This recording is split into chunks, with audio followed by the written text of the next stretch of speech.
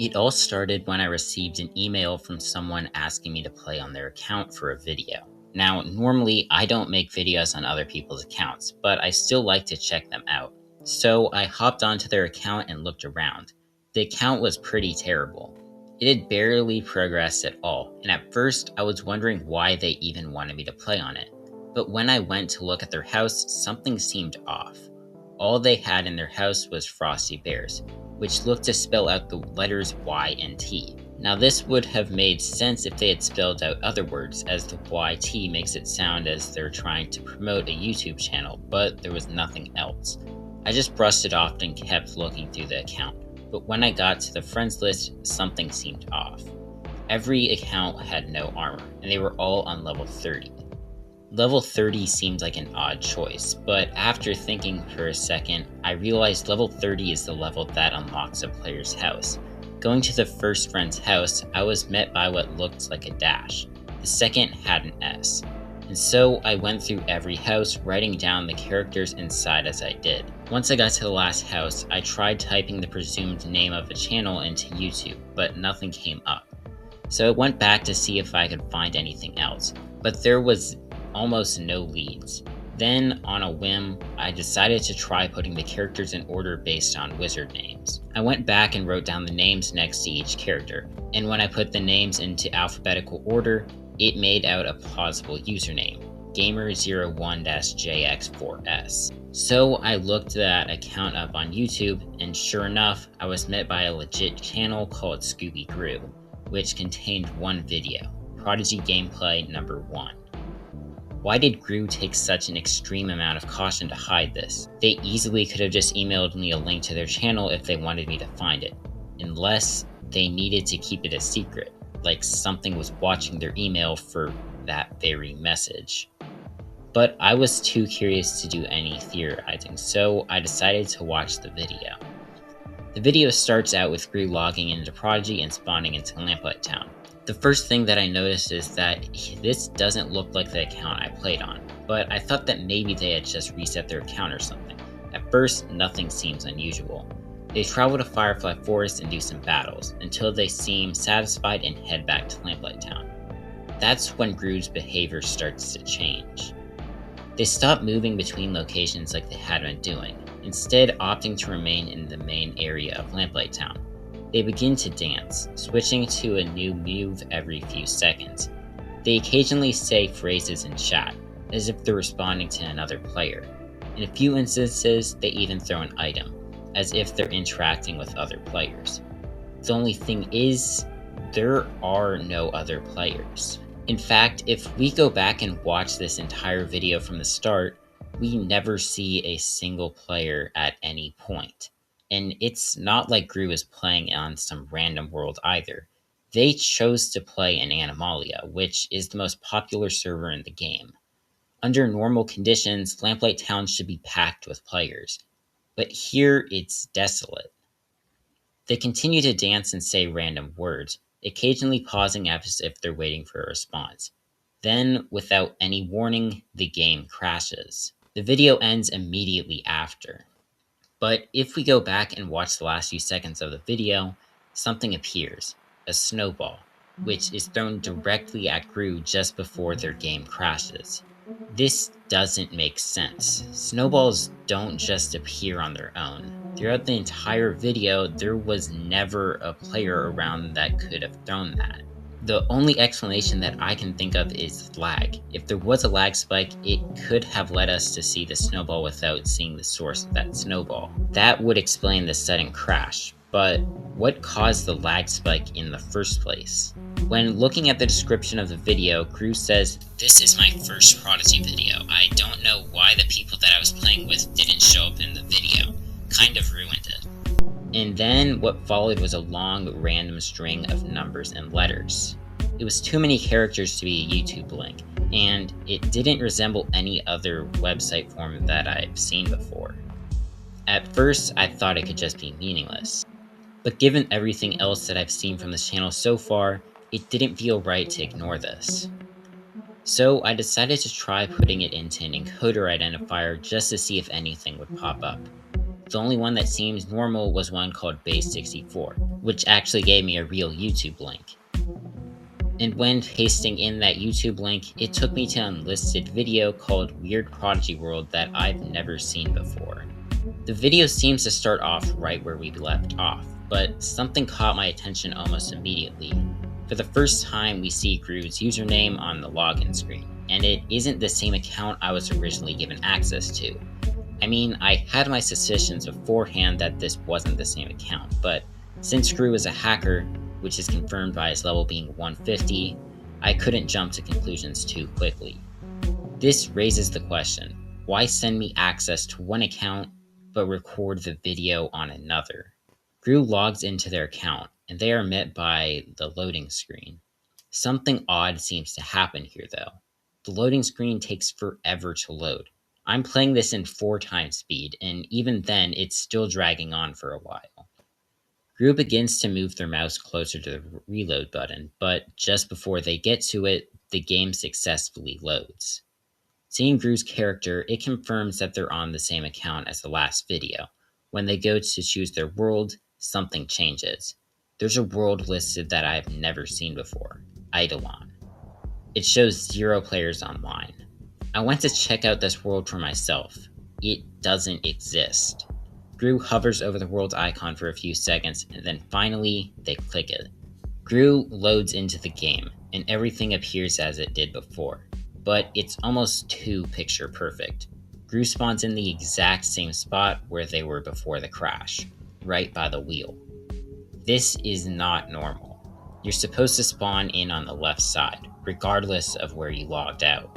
They walk around Lamplight for a few seconds. Then they click on the map and return to Firefly Forest.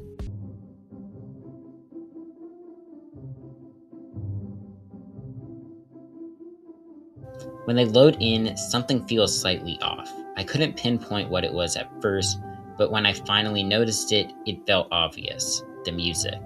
It's still the same old Firefly music, but it's muffled. All the other audio in Gru's videos have been completely normal, but this one isn't. Gru heads up to start doing some battles, but when they enter, there's a slight visual glitch. Just after, Gru pauses. He then begins to move his mouse oddly, hovering over a specific area. After a few seconds, he stops doing this, but he does something that's even odder. He goes to his settings, looks up color inverting, and then turns it on. His screen turns white before he returns to Prodigy, which is now purple and orange. He goes back to hovering over the same space again, but now it's clear why he was doing this. How he caught this is beyond me, but during the glitch, for just a few frames, the part of the screen that Gru had been hovering over was inverted, revealing some sort of code. Gru seems to have noticed this, but when he tried to read it, he was unable to due to the colors being so similar. By inverting the colors, he revealed the code again. Now, there are hidden bits of code throughout Prodigy, but not here. Furthermore, this isn't the usual Prodigy code that we see. Some of the symbols appear to be the same as ones that we have seen in other codes, but there are also characters that are not. Gru pauses here for a very long time. He's gone for over half an hour, presumably trying to figure out what the symbols even are. When he finally comes back, he turns color inversion off and finishes the battle like nothing happened. When he exits the battle, he types in chat, "When 3 ways meet, turn dusk." At first, I didn't know what this meant, so I decided to translate the text myself to see if it was correct.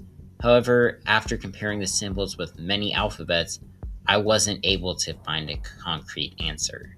The first thing that comes to mind is an area in Firefly Forest called the Crossroads, which has a fork in the road. But what does turn dusk mean?